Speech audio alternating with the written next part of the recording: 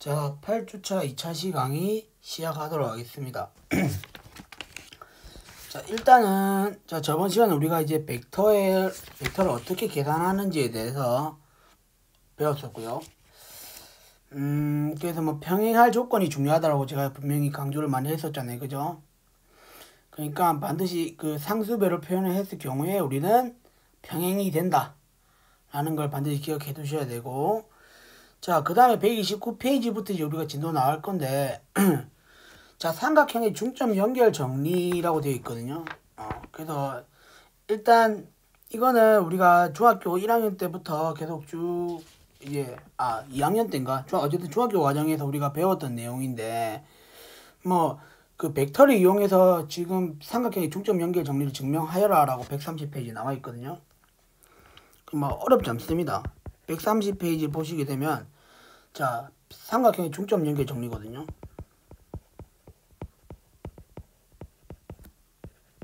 근데 보게 되면, 자, 일단은 우리가 이렇게 삼각형을 하나 임의로 가져와요.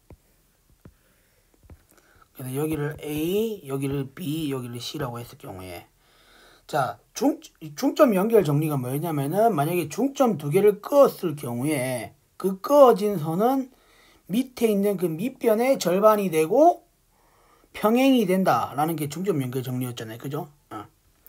그러면 문제를 우리가 설정을 하기 위해서, 자, 중점 연결 정리니까 이 중점을 M이라고 잡고, 그러니까 A와 B의 중점을 우리는 M이라 잡고 A와 C의 중점을 우리는 N이라고 한번 잡아보자라는 거죠.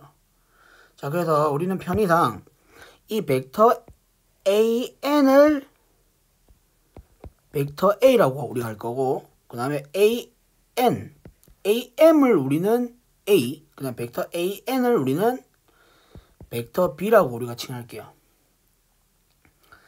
그랬을 때, 자, 우리가 여기서 얘기를 할 수 있는 게 뭐냐면, 벡터 AB는 뭐겠습니까? 그러면 2A 벡터가 되는 거 아시겠죠? 그 다음에 벡터 AC는 2B가 돼야 될 거 아니에요. 맞죠? 그러면은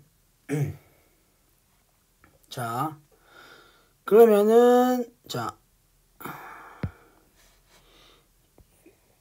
요거하고 요 벡터, 그런데 자, 우리가 요 벡터가 더하기고, 우리가 저번 시간에 했잖아요. 요 벡터가 더한 벡터였고, 그다음에 요 벡터가 뺀 벡터였잖아요. 그죠? 근데 우리가 자, 보게 되면은, 자, 이 벡터는 어떻게 만들어지는 거예요? 이 벡터는 결국에는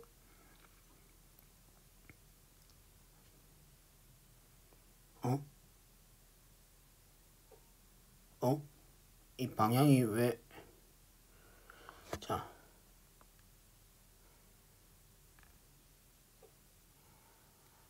방향이 너무 헷갈리는데. 그죠. 자, 다시. 자, 그러니까 요 벡터가 우리가 형성되기 위해서는 이 A 벡터의 벡터를 생각을 해줘야 될 거 아니에요. 그러니까 요 벡터를 우리가 생각을 해줘야 될 거 아니에요. 근데 요 벡터는 뭡니까? 마이너스 2A 벡터다 라고 얘기를 해줄 수가 있겠죠. 그 다음에 요 벡터하고 B 벡터가 더해진 형태가 되어야만이 우리가 요 벡터가 된다고 얘기할 수 있죠. 그래서 우리는 이 BC 벡터라는 것을 어떻게 표시할 수 있냐면,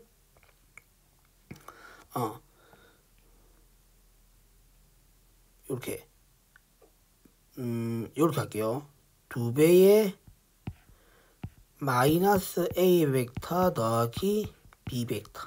지금 이론 묶은 상황이에요. 이렇게 우리가 표현을 할 수 있고, 자, 그러면은, 자, M과 N을 우리가 이런 식으로 그어보게 되면, 우리가, 자, BC 방향이니까 이 MN 방향으로도 우리가 벡터를 한번 그려봤을 경우에 얘기할 수 있는 게 뭐냐면, 결국에는 이 벡터 MN이라는 건 뭐냐면, 역시 뭐예요? 마이너스 A 벡터와 B 벡터를 더한 벡터라고 생각해 주면 되겠죠? 맞아요? 그러면 우리가 이 두 개를 봤을 경우에 뭐다? BC 벡터는 2배의 MN 벡터다 라고 생각해 줄 수 있고, 자, 방향이 같으니까 당연히 크기는 2배라고 얘기를 해줄 수가 있겠죠. 그러니까 BC가 2배라는 말은 MN이 절반이란 소리잖아요. 그죠? BC의 절반. 그 다음에 자, 상수배가 됐어요. 그럼 저번 시간에 배운 건 뭐예요? 평행하다라는 것까지 우리가 얘기해 줄 수 있었잖아요. 그죠? 그래서 이런 식으로 상수배로 표현이 가능하니까 두 벡터가 평행하다라는 것까지 여러분들 가져가실 수 있다는 거.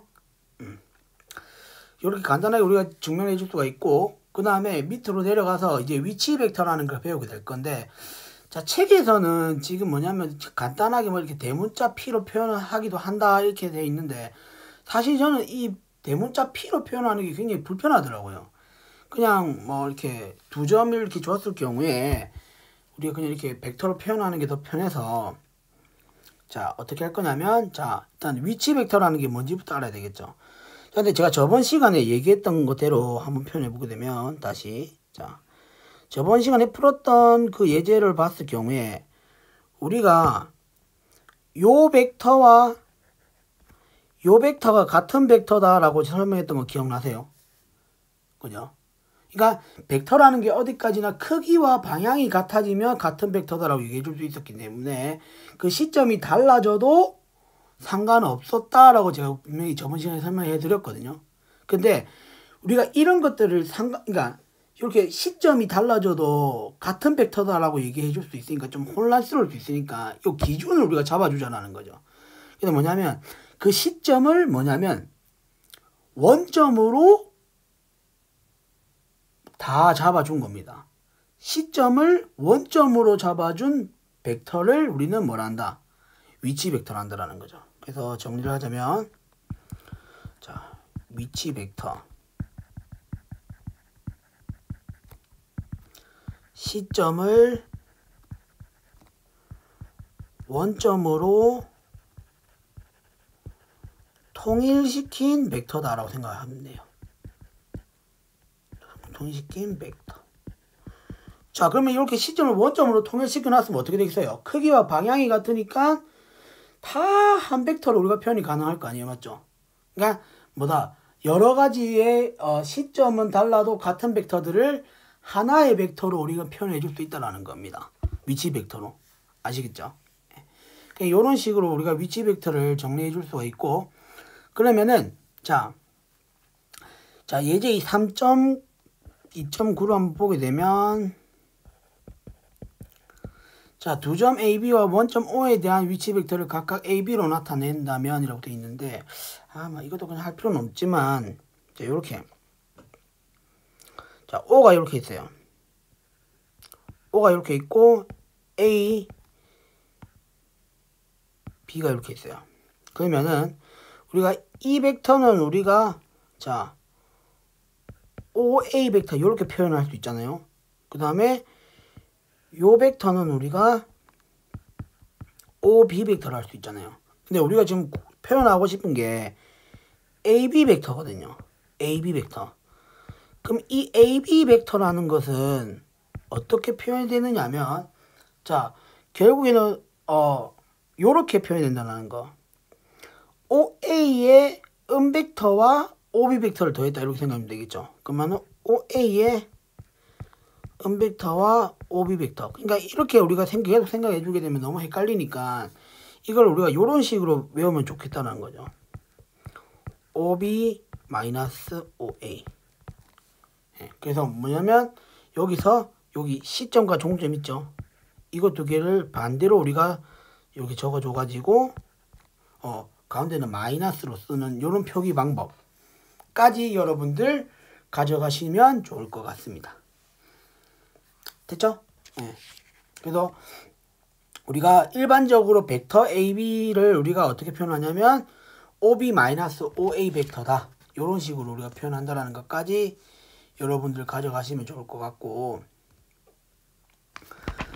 자, 그 다음에 예제 3.2.10은 좀 이게 여러분들이 조금 이해하기가 어려울 것 같아가지고 일단 이 부분은 스킵하고 넘어가도록 할게요. 넘어가고, 자, 132페이지에 예제 3.2.11을 봅니다.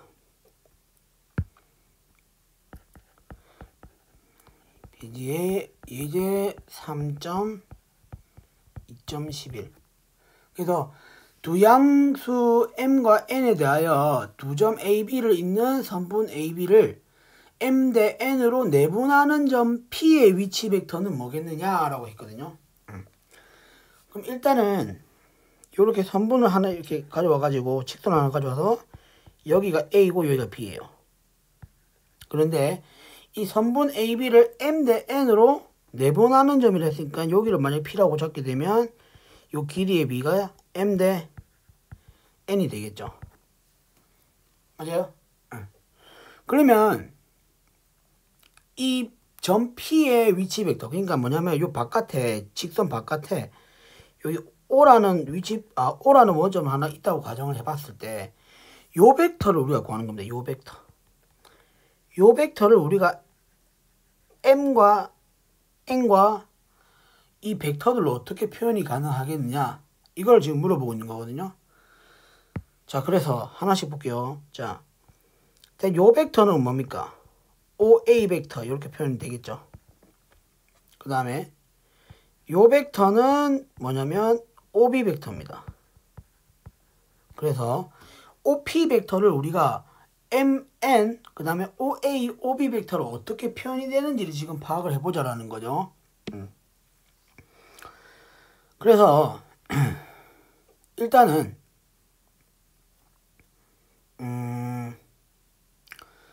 일단 뭐부터 우리가 얘기를 해줄 수 있냐면, 그러면 우리가 일단 모르는 이 OP 벡터를 편의상 X라고 또 볼게요. 벡터 X라고 또 볼게요. 그러면은 자, 우리가 일단은 요거부터 우리가 생각을 해줘야 되겠죠.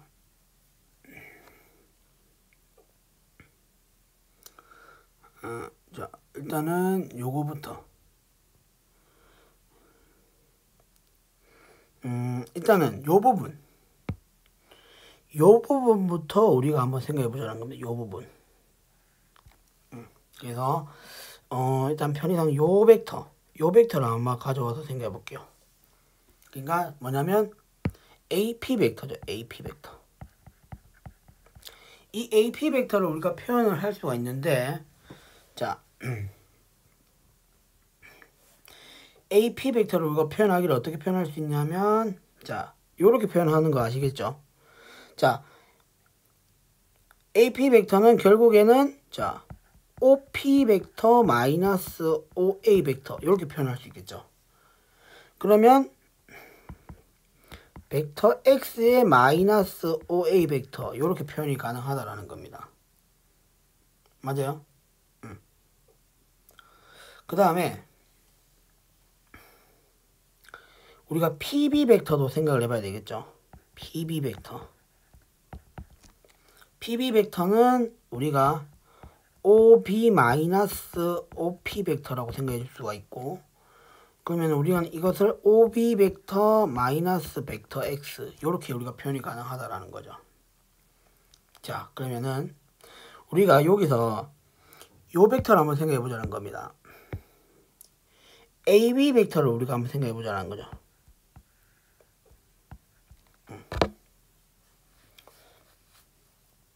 그래서 자, AB 벡터. 자, AB 벡터는 결국엔 우리가 얘기할 수 있는 게 AP 벡터 더하기 PB 벡터, 이렇게 생각해 줄 수가 있겠죠. 맞아요? 자, 이렇게 생각을 해볼 수가 있고, 근데 자, 이렇게 한번 생각해 볼게요.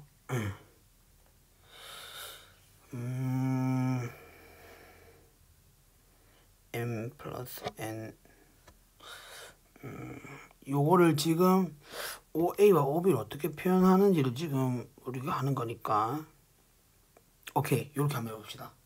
자, 일단은 요 AP 벡터가 결국에는 자, 요렇게 표현이 가능하죠.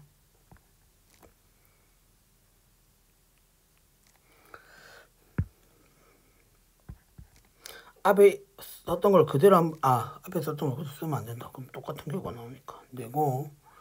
자, 여기서 자, 요거를 해석해 봐야 되는데, 자, 일단 요게 AB 벡터잖아요. 요게 AB 벡터인데, 자, AP 벡터는 이 전체 AB 벡터의 요만큼이 되는 거잖아요. 요만큼. 그죠? 그러면 우리가 이걸 죄송합니다. 이거를 이렇게 우리가 이렇게 표현하면 안 되고 이렇게 해야 될 것 같다. 자, 다시. 자, 우리가 이렇게 표현해 보자는 거죠. AB 벡터하고 그 다음에 AP 벡터, AP 벡터와의 관계, 비례 관계를 한번 생각해보는 거예요. 비례 관계. 그죠? 그러면 우리가 AB 벡터가 지금 뭐냐면 m 플러스 n이거든요. 뭐 B로 따지게 되면 이게 m 플러스 n이다 이렇게 생각해 줄 수 있는데, AP는 m이잖아요. 맞죠? 그럼 우리가 결국에는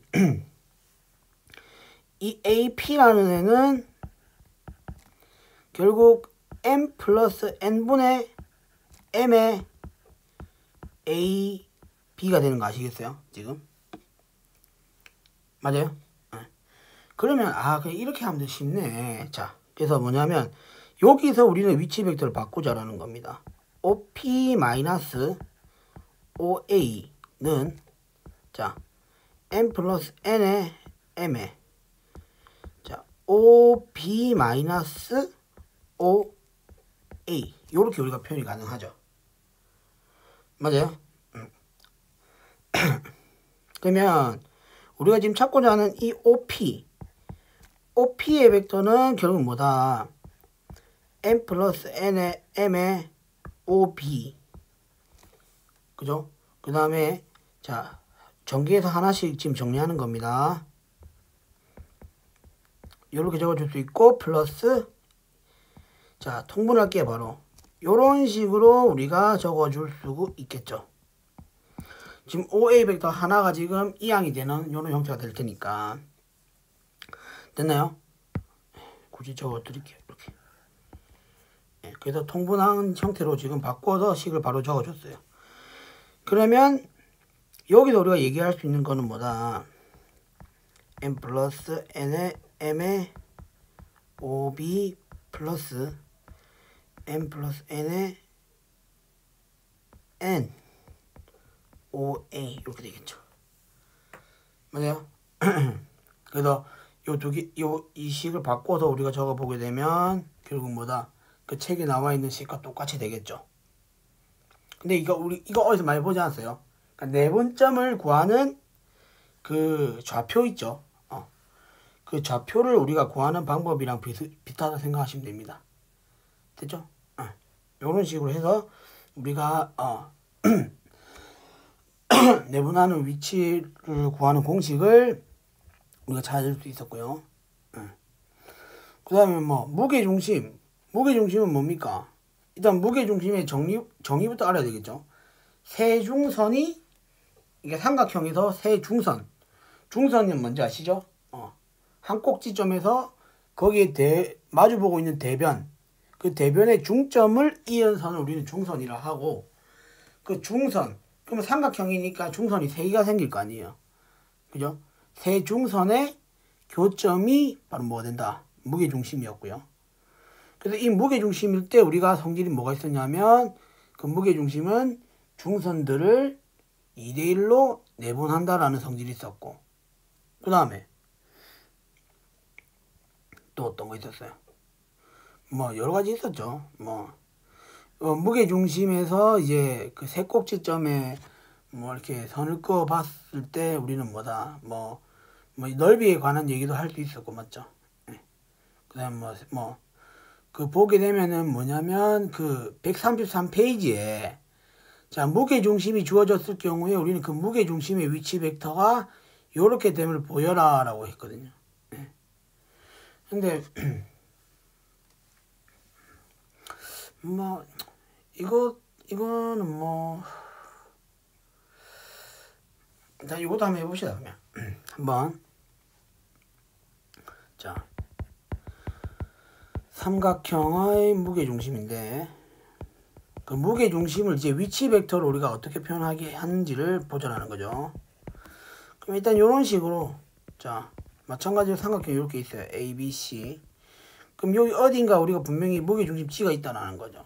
그러면 여기 우리 삼각형 바깥에 임의로 원점이 있다고 생각해 보자는 겁니다. 그러면은 이 OG라는 벡터를 우리가 어떻게 표현할 수 있느냐 라는 거거든요. 예. 뭐 어렵지 않습니다. 이것도 일단은 자, 우리가 이 OG라는 것을 우리가 정의하기 위해서는 이 무게중심에서 우리가 이 중점 BC의 중점을 일단 M이라고 우리가 한 잡아오자라는 거죠. 그러면 무게중심은 뭐예요? 이 중선인 AM을 2대1로 내분하는 점이 될 거 아니에요. 맞죠? 그럼 여기가 2대1이 된다는 겁니다. 예. 그렇다면 우리가 앞에서 배웠던 그 내분하는 점의 위치 벡터를 구할 수가 있었잖아요. 그죠?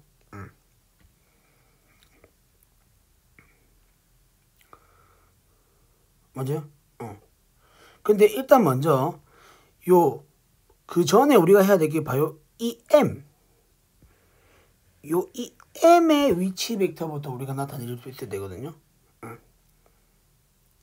그래서 사실 그 전에 우리가 해줘야 되는 게 뭐냐면 요 OM입니다. OM.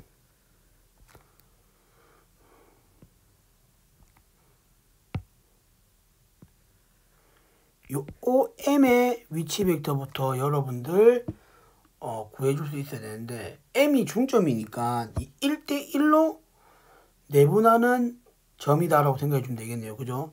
그러면 결국에는 앞에서 했던 방식대로라면 이 M을 우리가 어떻게 표현할 수 있냐면 한마디로 자 OM이라는 것을 우리는 어떻게 표현할 수 있냐면 2분의 1에 OB 더하기 2분의 1에 OC 벡터 이런 식으로 표현할 수 있어요. 그러니까 M 대 N이 결국엔 1대1이라는 소리잖아요. 그죠? 그러니까 선분 BC를 1대1로 내분하는 점이 결국엔 뭐다? 그 BC의 중점이다 라고 생각해 주시면 된다는 거고, 그런 중점과 A를 끈 이 중선에 대해서 이 무게중심은 2대1로 내분하는 점이라고 했으니까 우리가 이렇게 표현할 수 있다는 거죠. 자, 결론적으로 자 OG라는 애는 뭐다? 2대1로 내분하는 점이니까 자 3분의 1 OA 그죠? 이게 이제 OA면 여기 OA잖아요. 그죠? 3분의 1 OA 그 다음에 더하기 3분의 2에 뭐가 된다? OM이 된다라고 얘기해 줄 수가 있겠죠. 근데 OM이 뭐예요? 앞에서 이거였잖아요. 그럼 이걸 그대로 대입해서 계산해 주면 되겠죠. 그래서 이거 자 요렇게 우리가 OM 자리에 들어간다고 얘기할 수 있고, 따라서 3분의 1에 OA는 그대로 적히겠죠. 그 다음에 3분의 2인데 이거 2분의 1로 묶어서 빼낼 수 있잖아요. 그죠? 그러니까 앞에 있는 3분의 1은 약분돼서 없어져서 3분의 1에 OB 플러스 OC 이렇게 되는 거 아시겠죠? 네. 그래서 다 같이 3분의 1로 묶어주게 되면 OA 더하기 OB 더하기 OC가 된다. 이렇게 우리가 정리를 해볼 수가 있겠네요. 됐습니까? 네. 넘어가도록 할게요. 자, 그렇다면 이제 이 벡터를 또 표현하는 방법 중에 성분 표시라고 되어 있거든요. 그러니까 우리가 이 성분 표시라고 할 수 있는 거는 결국에는 뭐예요? 이 벡터라는 것을 우리가 위치 벡터로 표현이 가능하기 때문에 우리가 이렇게 성분 표시를 할 수 있는 겁니다. 자, 만약에 시점이 다르고 크기와 방향만 같은 벡터라고 한다면 뭐예요? 여러 가지 벡터가 있을 거 아니에요. 그런데 그런 벡터를 우리가 성분 표시 하나로 나타내줄 수가 어렵겠죠. 맞죠? 여러 가지가 있을 테니까. 그래서 우리가 뭐냐면 그 시점을 원점으로 통일을 시켜주는 과정을 함으로써 뭐다? 그러면 종점이 바로 뭐가 된다? 그 벡터의 성분 표시가 된다 라고 얘기를 해줄 수 있다라는 거죠. 예. 그래서 자 벡터를 표현하고 있는 그 성분 표시, 그 성분 표시가 결국에는 어디서 왔다?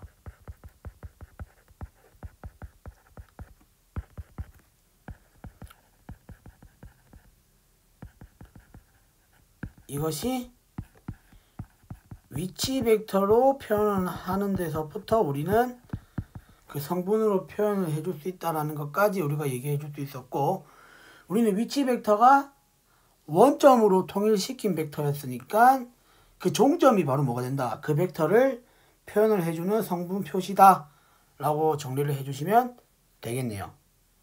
맞죠?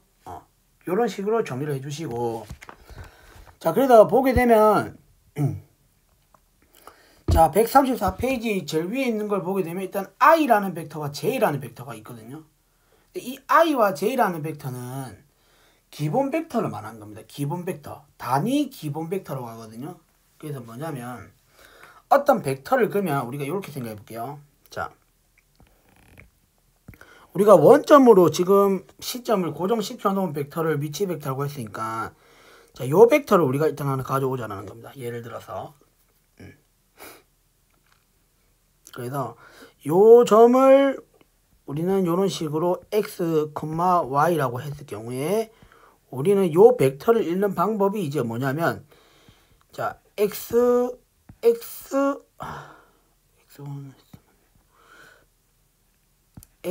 y 요런 식으로 우리가 적을 거예요. 뭐 물론 나중에 뭐 선형대소에서는 요렇게도 우리가 쓰기도 하거든요. 그러니까 어쨌든 요런 식으로 우리가 세로로 우리가 벡터를 쓸 수도 있고 뭐 가로로 우리가 벡터를 쓸 수도 있지만, 일단 이런 표현적인 부분은 뭐 여러분들 혼돈이 되지 않는 선에서 충분히 자유롭게 쓰시면 되고요. 뭐 나중에 근데 이게 나중에 선형대수에서 배우게 되면 좀 이제 구분해서 써주실 수 있어야 돼요. 아시겠죠? 그래서 일단은 뭐 만약에 이렇게 쓰게 되면 여기 가로로 쓰게 되면 이제 순서상이랑 좀 비슷하잖아요, 그죠? 그래서 일단 이걸 벡터라는 걸로, 벡터를 얘기하는 거라고 우리가 표현을 해주기 위해서 이렇게는 우리가 안 쓰고 일단은 기초 수학에서는 이렇게 쓰도록 하겠습니다. 아시겠죠? 예. 그래서 우리가 이렇게 나타내 줄 수 있는데, 그럼 이런 벡터들 같은 경우를 우리가 일반적으로 이런 식으로 x, y라는 벡터를 이렇게 표현을 할 수 있다는 거죠. 이런 식으로 나타낼 수 있다는 거죠. 맞아요? 그러니까 결국에는 이게 뭐예요? 요것이 의미하는 게 뭐냐면 x축 방향으로의 x축 방향 기본 단위 벡터다. 단위 기본 벡터다. 이 책에 나와 있는 기본 벡터로 할게요. 이런 식으로 적어줄 수가 있고, 그 다음에 요게 의미하는 게 뭐겠어요? 그러면 요게 지금 y축 방향의 기본 벡터다라고 생각하시면 됩니다. 그래서 우리는 이 벡터를 공부했을 경우에 이게 이제 자주 나오니까 이걸 그냥 i라고 쓰고 이걸 j라고 쓰겠다는 거죠. 그래서 xi 플러스 yi 이렇게 생각해, yj 이렇게 생각해 준다는 거죠. 여기서 구분 지어야 되는 건 x, y. 그러니까 x랑 y는 상수고, 그 다음에 i와 j는 벡터. 요렇게 여러분들 구분 지어줄 수 있어야 된다는 거. 아시겠죠? 네. 그 다음에 제가 지금 소개한 부분이 뭐냐면 정리 3.2.4까지 지금 얘기를 했습니다. 네. 그래서 뭐 그 앞에 있는 예제 3.2.12는 이걸 또 똑같은 그림 또 그려야 되나? 이거는 아마 여러분도 한번 지금 해보세요. 아시겠죠? 네. 그래서 어쨌든 이런 식으로 우리가 성분을 표시해 줄 수 있었다라는 것까지 정리해 주시면 되고, 그렇다면 이제 앞으로 이제 이런 우리가 벡터의 성분 표시를 자주 이용하게 될 텐데, 그 밑에 이제 135페이지에 그 정리 3.2.5를 보게 되면, 만약에 그 벡터가 이런 식으로 성분으로 주어져 있으면 그 벡터의 크기는 뭐다? 그 성분끼리의 제곱의 합의 루트를 씌운 값이 바로 뭐가 된다? 그 벡터의 크기가 된다라는 사실. 알겠죠? 그래서 자, 우리가 이런 xy로 표현되어 있는 벡터에 대해서 이 벡터를 만약에 벡터 x라고 한다면 여기서 x가 있어서 좀 그런데 어쨌든 그래서 하나 예를 더 가져가 볼게요. 자, 예를 들어서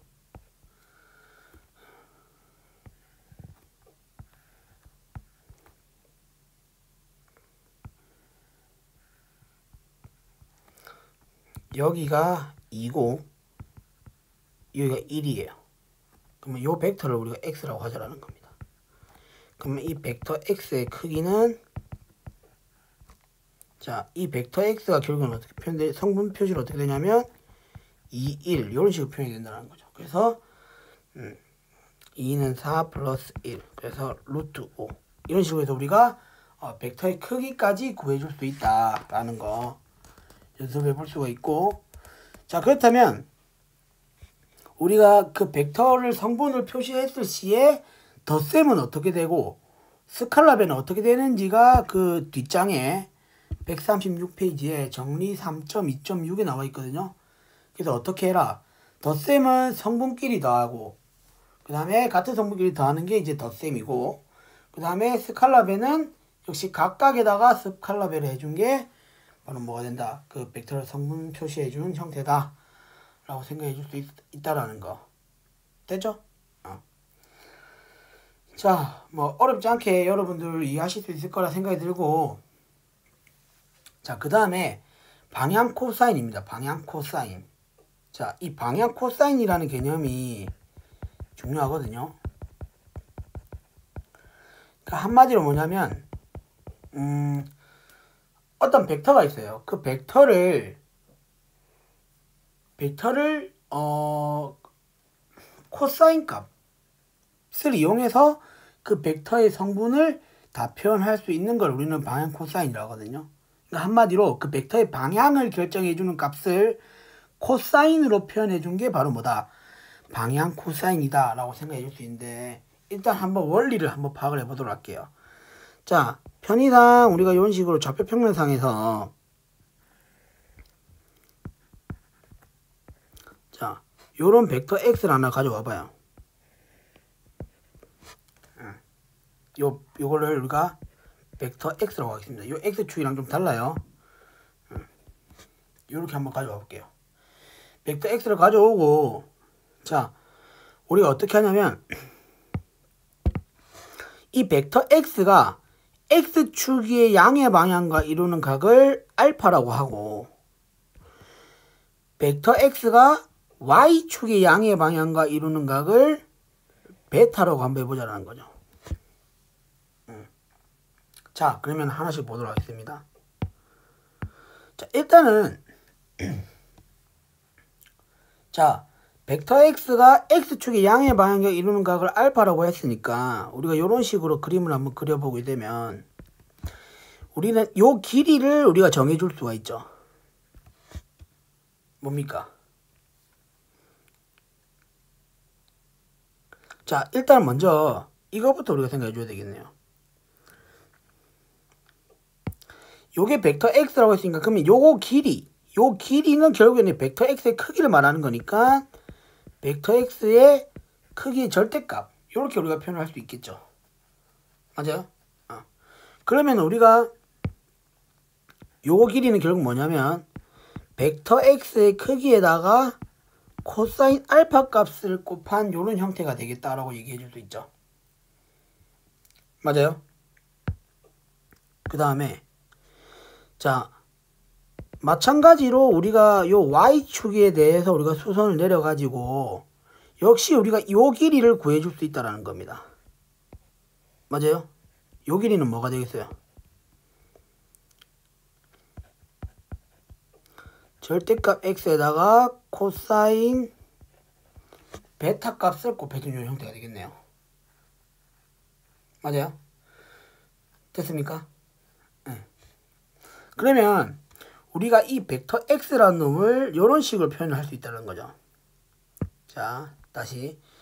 자, 이 벡터 x라는 놈을 우리는 성분 표시로 이렇게 해줄 수 있다는 거죠. 하나는 벡터 x 값의 크기의 코사인 알파. 그러니까 그 x축과 양의 방향을 이루는 각의 코사인 값을 곱해준 거. 그 다음에 자, y 성분은 우리가 이런 식으로 벡터 x의 크기에다가 코사인 그 y축 방향으로 이루는 그 각의 코사인 값을 곱해준 거. 이렇게 우리가 표현해 줄 수 있다는 거죠. 됐습니까?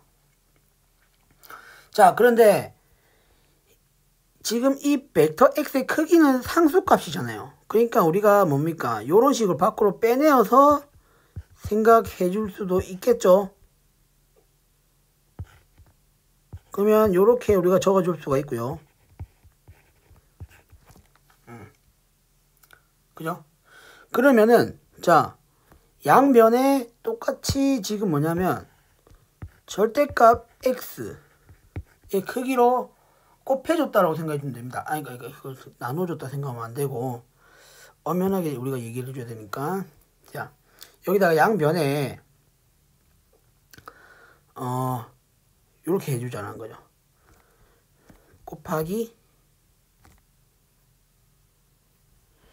곱하기 자, 절대값 x분의 1을 곱해주자는 거죠.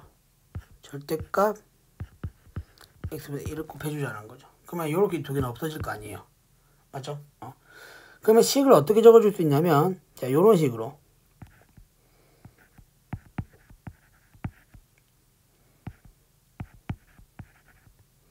는 자, 코사인 알파 코사인 베타 이렇게 적어줄 수 있는 거 아시겠죠? 그런데 자, 보게 되면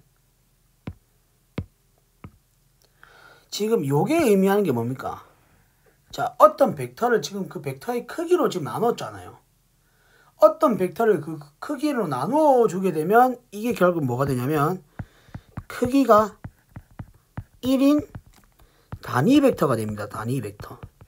크기로 나누었기 때문에 크기가 1인 단위 벡터가 된다는 거 우리가 알 수가 있고, 그러면 이 크기가 1인 단위 벡터니까 우변도 뭡니까? 그 크기가 1이 돼야 되겠죠. 맞아요? 그러면 우리가 뭡니까? 이 벡터를 요 벡터의 크기를 직접 한번 구해보자는 거죠. 그러면은 루트 코사인 제곱 알파 플러스 코사인 제곱 베타는 뭐다? 좌변이 단위 벡터라서 우변도 단위 벡터가 돼야 되니까 그 크기를 구해준 결과값이 1이 돼야 되겠죠. 따라서 우리는 어떤 결과를 얻어낼 수 있냐면 코사인 제곱 알파 플러스 코사인 제곱 베타가 1이라는 결론이 얻어진다는 겁니다. 됐죠? 그러면 여기서 얘기하고자 하는 게 결국 뭐냐면 자, 정리를 해볼게요. 자, 한 벡터가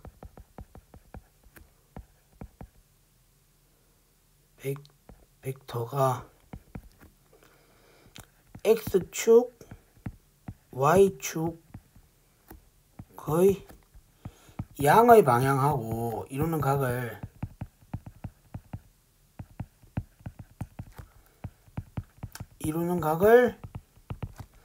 알파와 베타라고 했을 경우에 그것들의 코사인 값이 결국에는 방향 코사인이 될 것이고, 그것들의 제곱의 합은 무조건 뭐가 된다? 1이 된다라고 얘기해 줄 수 있다라는 거죠. 아시겠죠?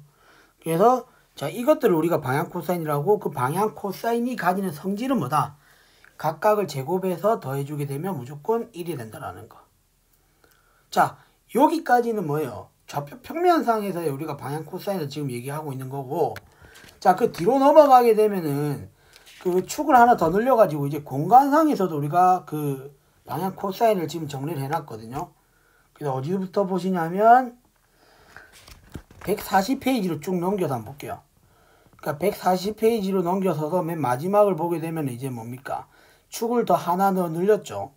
그러면 우리가 그 공간상에서 벡터 하나를 생각했을 경우에 그 공간상의 벡터 하나를 가져왔을 경우에 그 벡터가 이제 X축, Y축, Z축 이 세 가지 축이 있으니까 그 축과 이루는 각을 각각 이제 세 개로 가져와야 되겠죠. 알파, 베타, 감마라고 가져와야 되겠죠. 네. 그림 3.65를 보면 될 것 같아요. 그래서 이 그 각들의 코사인 값을 다 역시 우리는 방향 코사인이라 하고 그 방향 코사인을 역시 제곱을 해준 값이 뭐가 된다. 더해줘서 나오는 값이 1이 된다라는 걸 우리가 알 수 있다라는 거. 아시겠죠? 그래서 이게 나중에는 그 공간으로까지 확장이 된다라는 것까지 여러분들 정리를 해주시는 게 좋을 것 같아요. 그죠? 그러면은 공간으로 확장이 되면 각이 하나 더 생기겠죠. 네. 감마라는 각이 하나 더 생기니까 코사인 제곱 알파 더하기 코사인 제곱 베타 더하기 코사인 제곱 감마는 뭐다? 1이다. 이런 식으로 정리를 해주시면 되겠죠. 이거는 약간 확장된 개념이니까 굳이 메모 안 하고 넘어가도록 하겠습니다. 그럼 다시 돌아와서 뭐 다시 돌아올 거 없네요. 그냥 이제 그 뒤로부터는 똑같은 형태로 뭡니까? 자, 137페이지 그 중간부터는 이제 앞에서 그 했던 그 평면상에서의 우리가 그 성분 표시를 그대로 공간으로 확장시켰다고 생각하시면 되겠죠. 그래서 축을 더 하나 더 늘린 개념이기 때문에 그 이제 그 X, Y 성분에서 이제 Z 성분까지 우리가 생기는 걸 알 수 있고, 그러면 138페이지에서 이제 뭡니까? 그 기본 벡터도 하나 더 생기겠죠. Z축 방향으로의 기본 벡터 K라는 게 하나 더 생길 거 아니에요. 맞죠? 그래서 이런 식으로 확장된 개념이라고 생각해 주게 되면 그렇게 어렵지 않습니다. 그래도 그 다음에 정리 3.2.8 같은 경우는 우리가 앞에서 했던 내용들이었고, 그죠? 피타고라스 이용해서 다 증명할 수 있었잖아요. 그죠? 이런 것들 다 여러분들 그렇게 어렵지 않게 할 수 있는데, 자, 요 방향 코사인의 성질만 여러분들 좀 잘 가져가셔야 될 것 같아요. 이게 이제 여러분들 좀 헷갈리실 수 있으니까 반드시 가져가실 수 있어야 되고, 자, 그래서 쭉 이제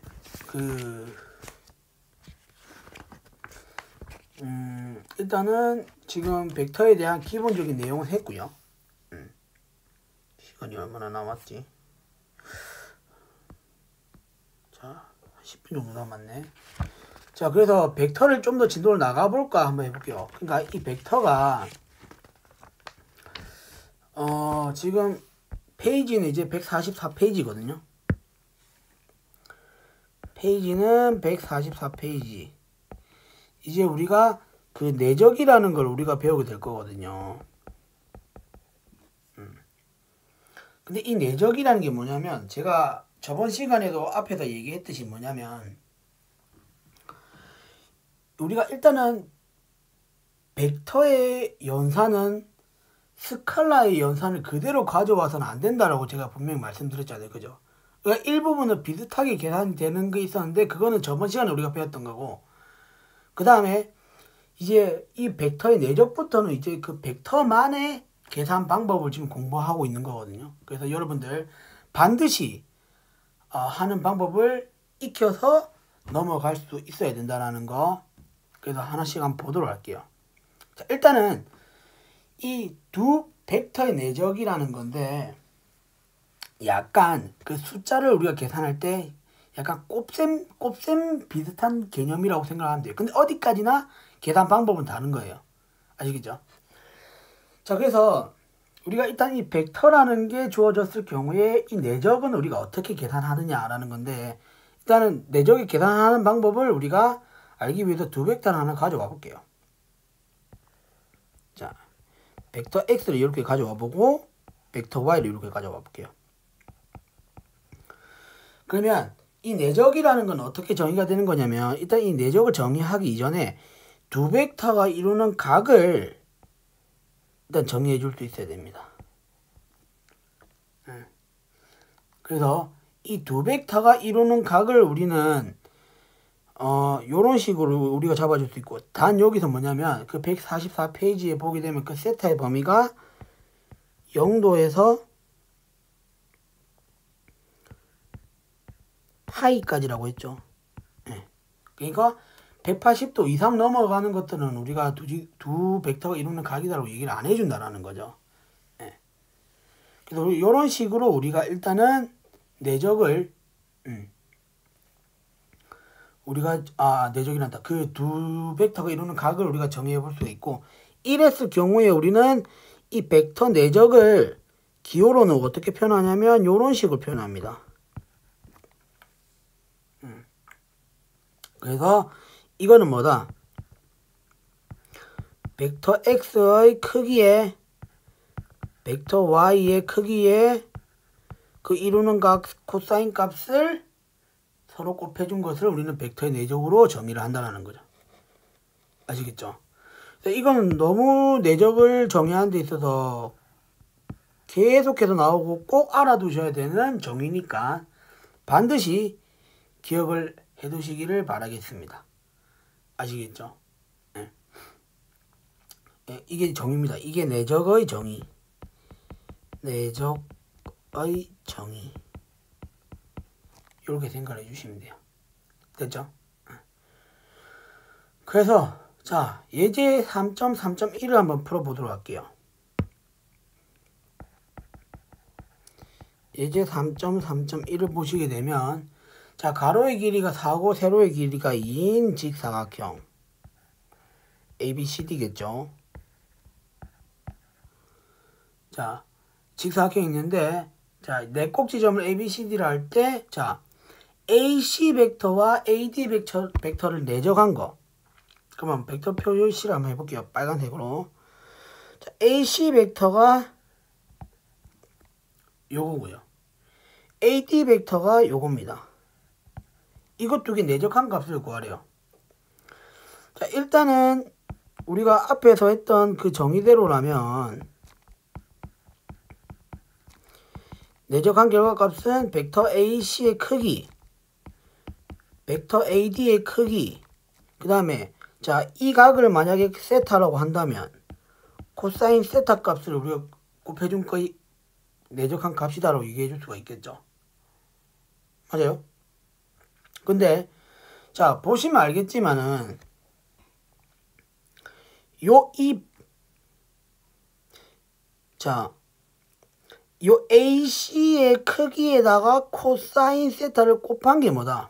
우리가 뭐냐면, 그러니까 요거까지 AC의 크기에다가 코사인 세타를 곱한 게 요게 뭐예요?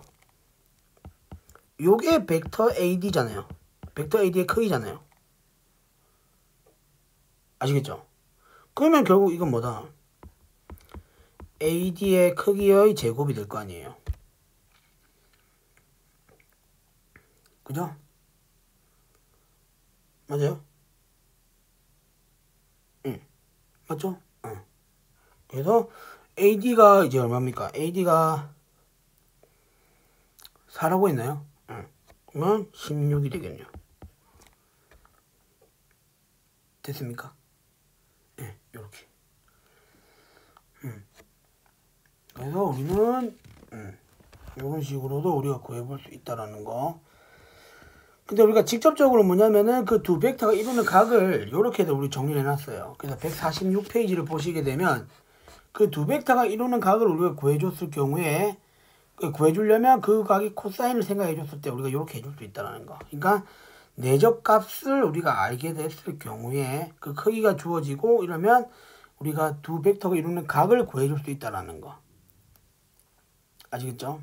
자, 그러니까 결국에는 이 식을 우리가 변형을 해보게 되면, 자, 코사인 세타가 절대값 x 그 다음에 절대값 y 분의 벡터 x 내적 벡터 y거든요. 네.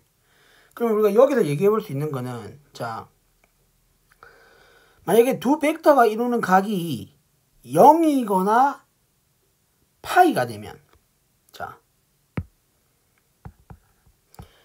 두 벡터가 이루는 각